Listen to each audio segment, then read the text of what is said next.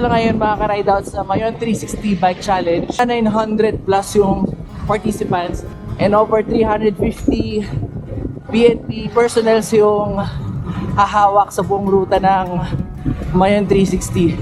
Ang dami nun. Pero napakasaya. Good morning mga rideout. Nandito tayo ngayon sa meetup place natin. At hinihintay lang natin yung tropa nating sinil. After nyan, pupuntahan natin yung mga iba pa nating kasama. Shoutout din kay Nico and then kay RJ. Time check natin ngayon, it's 12 o'clock, midnight. Pupunta tayo ngayon sa majestic volcano ng Bicol, ang Mayon. Let's go mga rideout!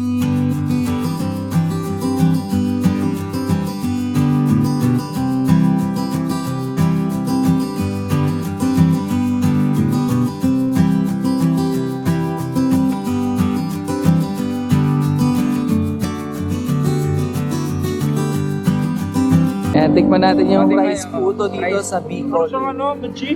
Buchi. Oo, yung gano'n na prito. Rice puto. Init pa siya eh. Malagkit siya. Sarap quiz. Wap. Sarap quiz. Oh, solid. Quiz, sarap pa. ano yung isa? Parang Buchi. Ano yung kinakain mo, boys? Rice puto. Rice puto pampa. Ay! Pampautot. Day 2. Good morning mga rideout.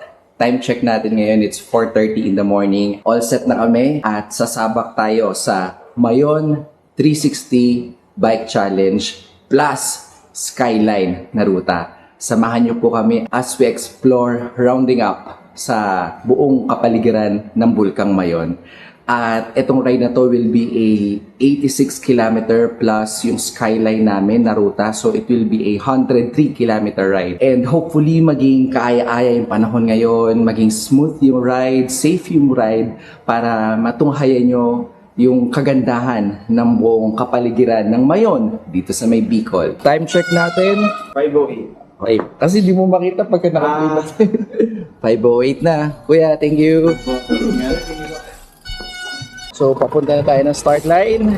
Sama natin ngayon si Neil, RJ, and then Nico. Ganda na outside dito, parang nasa airport. Para kang mag-tip, para na kami pinag-take off dito. Papunta tayo ngayon sa may start line. Dito sa may Mayon 360. Dito tayo magsisimula sa Legazpi. Paikot hanggang Santo Domingo. And time check natin ngayon, it's 5:30 in the morning. And ito yung kabuang view. Ganda, no? May mga nagja-jogging din, tsaka walking ng ganito kaaga dito.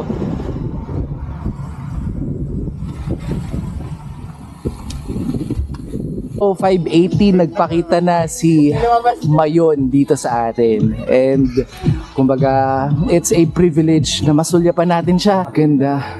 Sobrang solid to. Gusto ko sanang kausapin si Migo eh.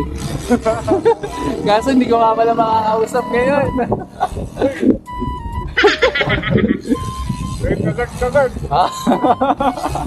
Hanggang mamaya ito mga ka-rideout, after 100 kilometers na natin siya makakausap.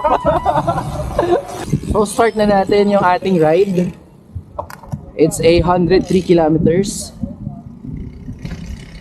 At ang unang bungad sa atin ay itong ahon dito. We start here sa Legazpi, tapos iikot tayo sa Ginubatan hanggang sa may Tabaco, pabalik ng Santo Domingo. Kung gaano kalakas yung inulan sa atin kahapon, we are praying pa rin hanggang ngayon na maging smooth yung weather. So far, morning pa lang maganda na. Dito sa Bicol, akala mo probinsya ang probinsya, pero halos lahat ng mga magaganda at masasarap na kainan nandito na rin. Very organized din. Even yung mga churches na nandito, sobrang ayos, sobrang systematic din. Ang maganda dito mga rideout, akala natin wala na, hindi na uso yung bike lane, pero dito sa Bicol, bike lane is still priority pa rin. Tsaka ang lawak ng kalsada, smooth yung kalsada. Kasama natin ngayon si Belo Mico. Abangan nyo yung mga shots niya. Ibang klase. Yung bumibira kami ng 30 kph tapos pumipitik. Ganun na siya. On our left side, ito yung Bicol University. Ang laki din niya hanggang gate 5. Yes, nasa palengke tayo dito ng Daraga, Albay. Ito yung pinaka wet market nila. Slow down, may Riles. Alalay lang tayo dito sa Riles.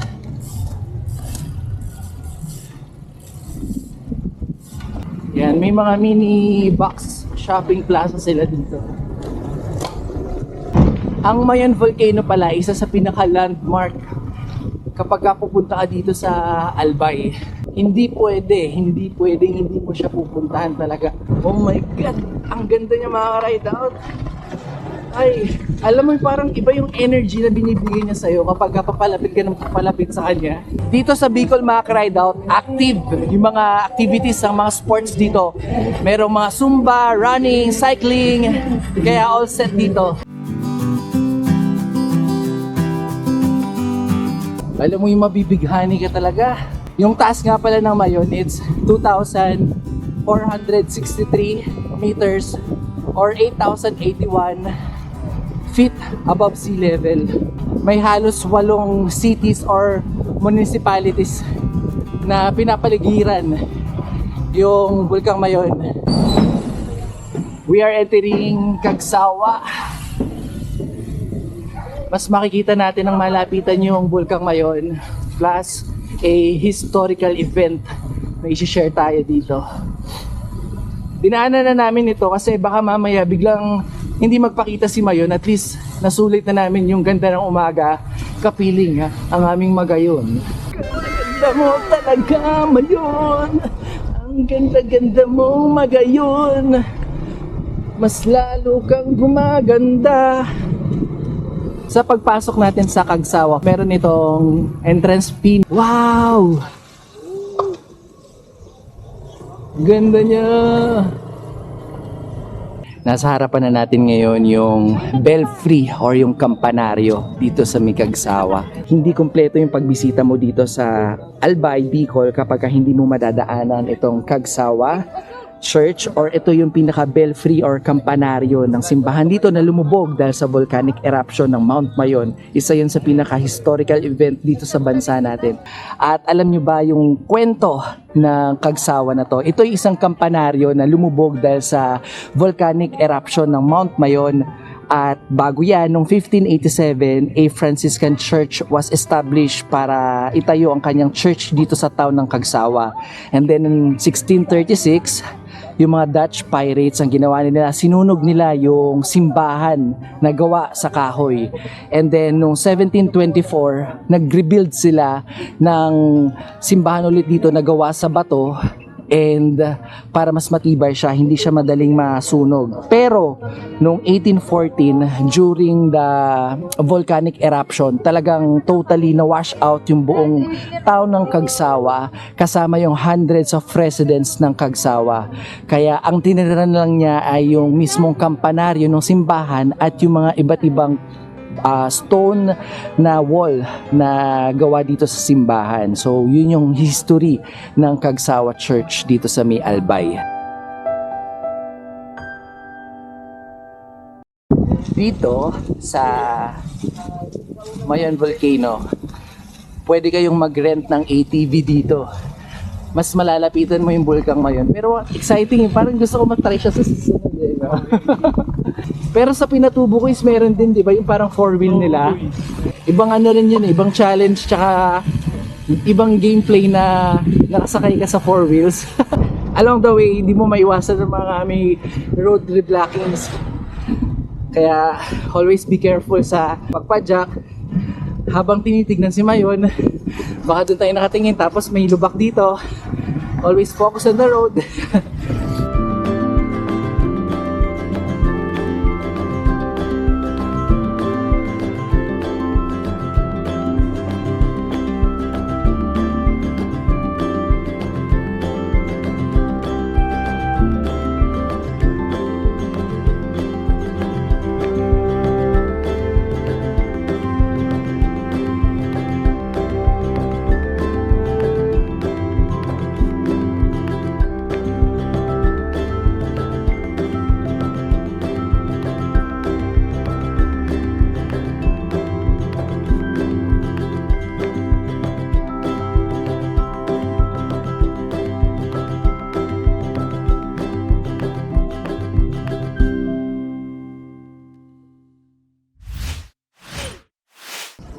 Ito mga ka-ride out, sa likod ko yung sikat na 7-Eleven na kung saan nagiging scenic din siya.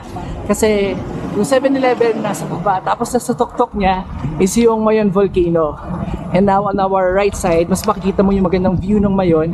It's a symmetric cone shape. And dun siya mas kilala. Sa ngayon medyo nagba-blockings na yung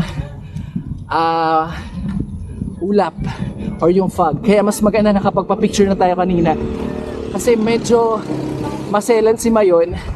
Minsan konting daan lang na hangin, nagbabago yung circulation, natatakpan din kaagad siya. Ganito yung kalsada dito sa Bicol. More on asfalto. Nakaka 19 kilometers pa lang tayo and more way to go. We still have 91 kilometers left. Ang sarap lang sa pakiramdam na habang nagbabike ka, nakikita mo yung view ng Mount Mayon, mas lalo kang na-inspire. Tapos pag nakita mo sa mapa, na naikot mo siya, it's a big accomplishment para mas lalo kang ma-motivate and to inspire other people also. Ito yung Boulevard mga ride out na isang kalsada, tapos nasa likod mo is yung Mayon Volcano spot. Maganda rin ito na picturean. Wow, natatakpan na si Mayon. Buti na lang nakapagpa-picture tayo kanina. Hanggang may moment kayo na makikita niyo si Mayon, grab the opportunity na makapagpa-picture sa kanya. Kasi right now, tingnan mo, natatakpan na siya.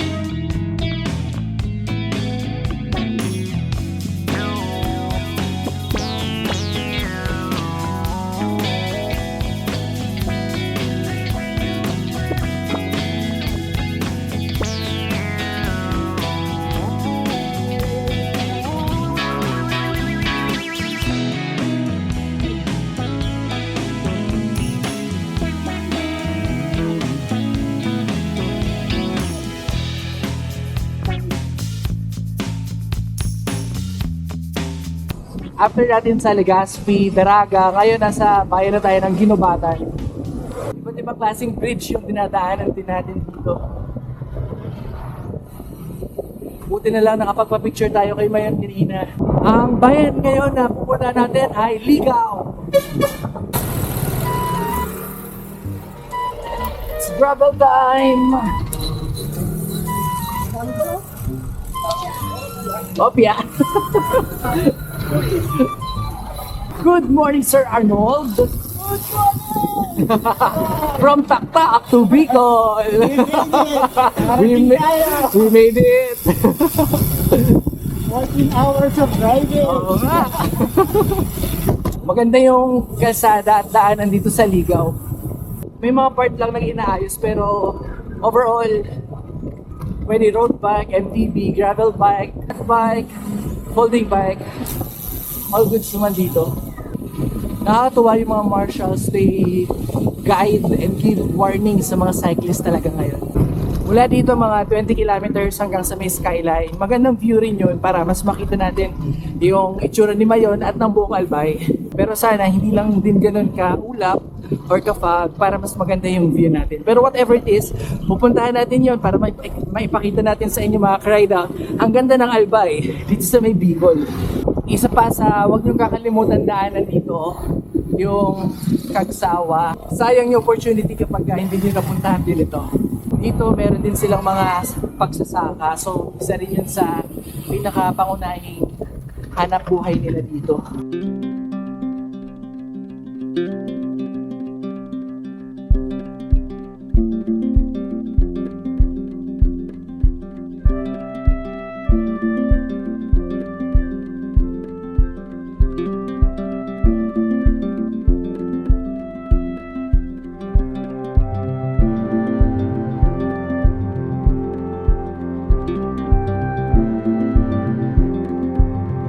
So yung parang nilalabas niya, sulfuric acid din guys.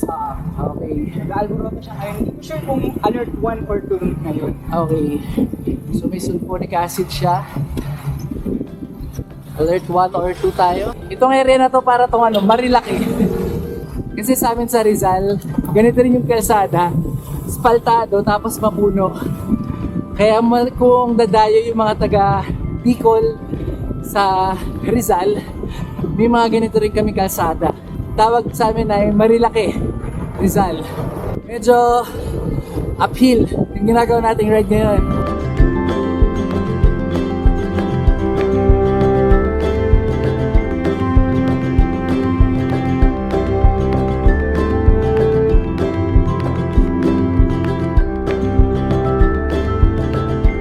Hoy, bakit may ganon? Sama, mga 4 kilometers pa to. Wow, parang baso-baso.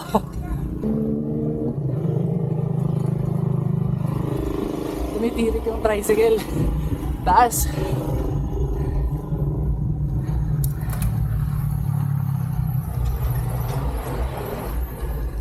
Taas ito. Nakangalay. Pero kinaya. Kinaya naman. Morning, sir. Water break muna. Nakakangalay yung ano, yung ahon na yun. Nasa Ligaw City pa rin tayo. Papunta ng Tabaco. So downhill tayo ngayon, pero hindi naman masyadong matarik. Pero at least may movement going down. Hindi mahirapan.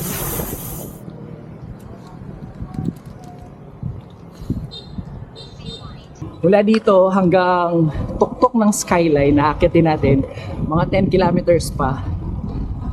Isa yun sa huwag nyo pong kakalimutan bisitahin. Kitang kita dito. Mayon.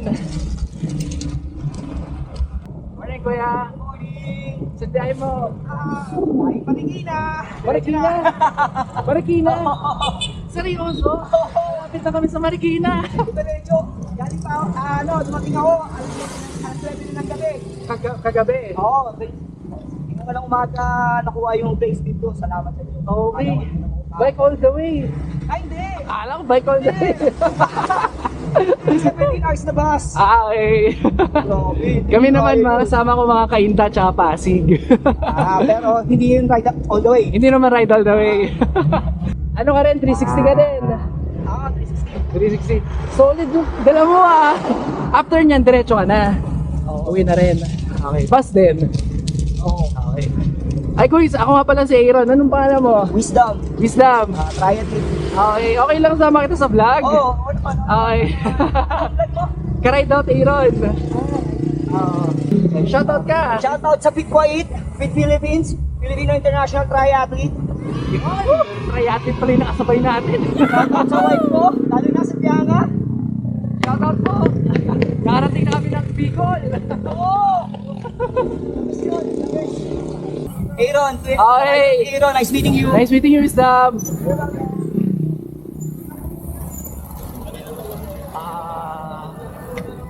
Diretso ba?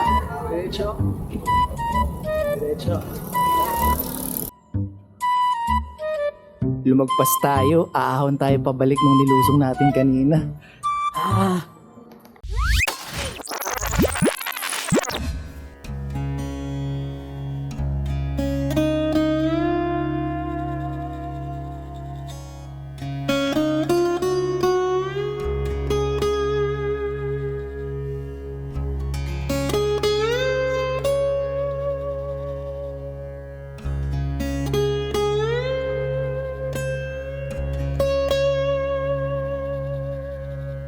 Ito na maka-ride out yung San Vicente, Tabaco town proper dito sa may Bicol.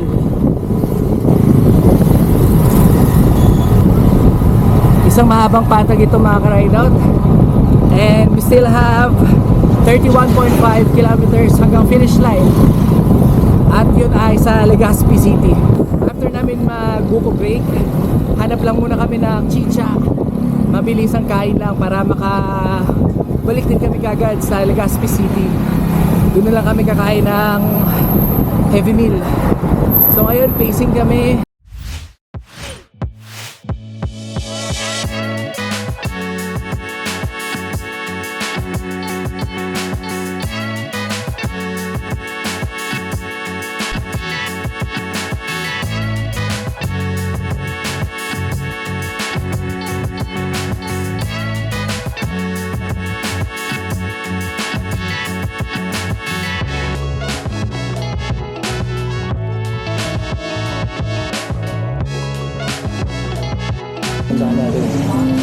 Kain tayo. RJ, oh. Spag na. Spag. After namin mag-quick lunch, pahinga lang ng konti. Larga na. We still have 30 kilometers left hanggang Legazpi City or the finish line. Currently, we are here at Tabaco City. So parang yung pinaka-mall nila dito yung LCC. Ito.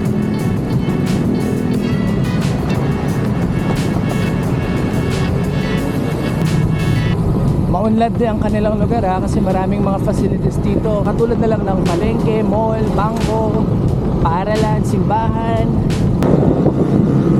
Akala ko well done na yung ating ride. Pero aahunin pa pala natin yung dalawang bulubundukin na yan na nasa harapan natin, sabi ni RJ. Ito yung major ahon ng pabalik natin papuntang Legazpi. Maliit lang naman yung bundok, mababa, pero syempre yung pagod natin all throughout ang ride, iba na rin yung sistema ng mood natin kumaga. Pero ganun pa man, kailangan natin maging focus pa rin, kailangan pa rin natin maging pasensyoso, and kailangan may positive outlook tayo despite that we are tired physically. But I know yung experience natin is priceless. Nakaka 83 kilometers na kami, kasama dyan yung Cagsawa at saka yung Skyline.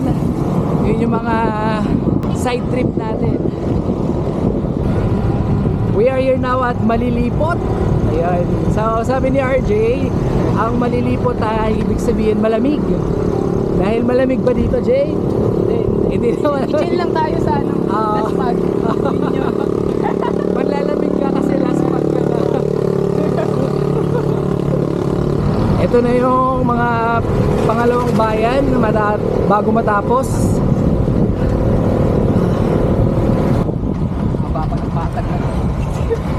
Para tanga na yung sa anong tawag dito, Laguna Loop, yung bago umahon na mabitak. Ano ba yun? Yun. Kasi may mga palayan din. Tama. Kalimutan ko rin eh. Tagal na natin hindi nakapunta. Oo. Tagal nang hindi naglalaguna loop eh. Pero ako namamanhid na. Kamay. Tama, at saka yung talampakan ko. Kasi after nito, pupulikat na. Pagka nararamdaman ko na yung parang Makati. Nagka-pacing ka na lang. Oo. Ay, Gasti, meron bang ahon? Puti kantas.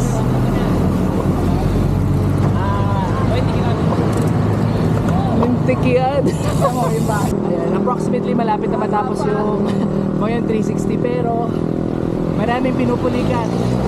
Lalo na sa area na to. May mga humihinto rin talaga. Kasi nakita ko na rin, pagod na rin talaga. At ang hirap ng portion na to kasi pahon talaga. May mga bumababa na ng bisikleta para makarecovery. And mostly yung iba umuupo muna para magpahinga. Ang bayan na nagbigay sa atin ng mahabang ahon itong Malilipot. Mapapaput. Lilipotong. Liliputin ka talaga ng manlalapot ka sa pawis mo dito. Ma'am! Ma'am Andy, Ma'am Ronnie. Si RJ po. Hello.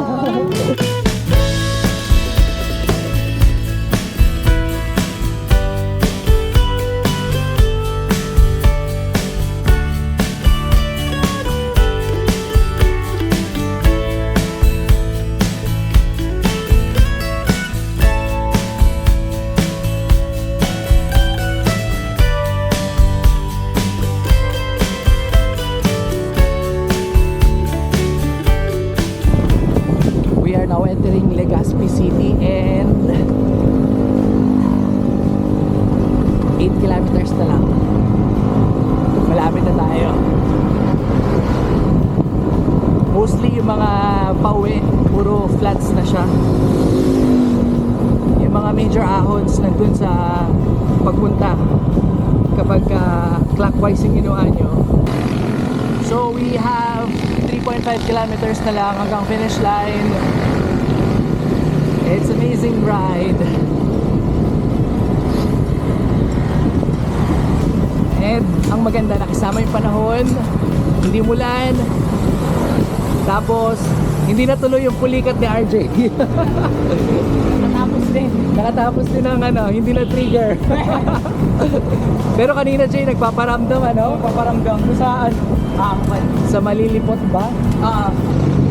We are entering Legazpi Boulevard. And 2 kilometers na lang.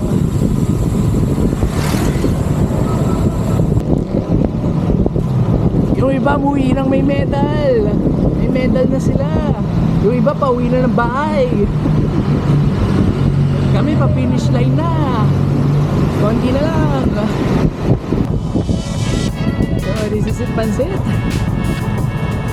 We conquered the Mayon 360 plus the Skyline and the Kagsawa. Yan yung mga pinuntahan natin for today's ride. For a total of 108 kilometers yung ginawa nating ride. So, hindi siya mahirap. Hindi rin siya madali. All you need to do is focus and have fun lang kapag ka nag-ride ka. Mahirap kung sa mahirap, pero madali kapag isipin mo na kaya mong matapos yung ride. So, here's the finish line.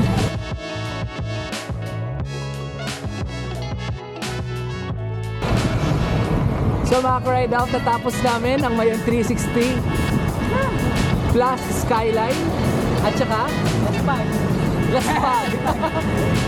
Pumunta rin kami ng Kagsawa. So natapos namin ni RJ, tapos na ni Neil at saka ni Nico. Ngayon, ay nako, papahinga na. Kainan na. Congrats po sa lahat ng nakatapos, and to all participants, congratulations. Congrats kay Ma'am Andy and kay Ma'am Ronnie. A Mayon 360 ride na finish talaga nila. Natapos nila. Next year ulit mga ride out. Mayon 360 plus Binion Hills. Pwede yun. Ayan, pupuntahan natin yan. Basta may budget at saka may visa tayo. May visa, ibig sabihin papayagan tayo. That's all for today mga ride out. Power! Peace out! Wapak!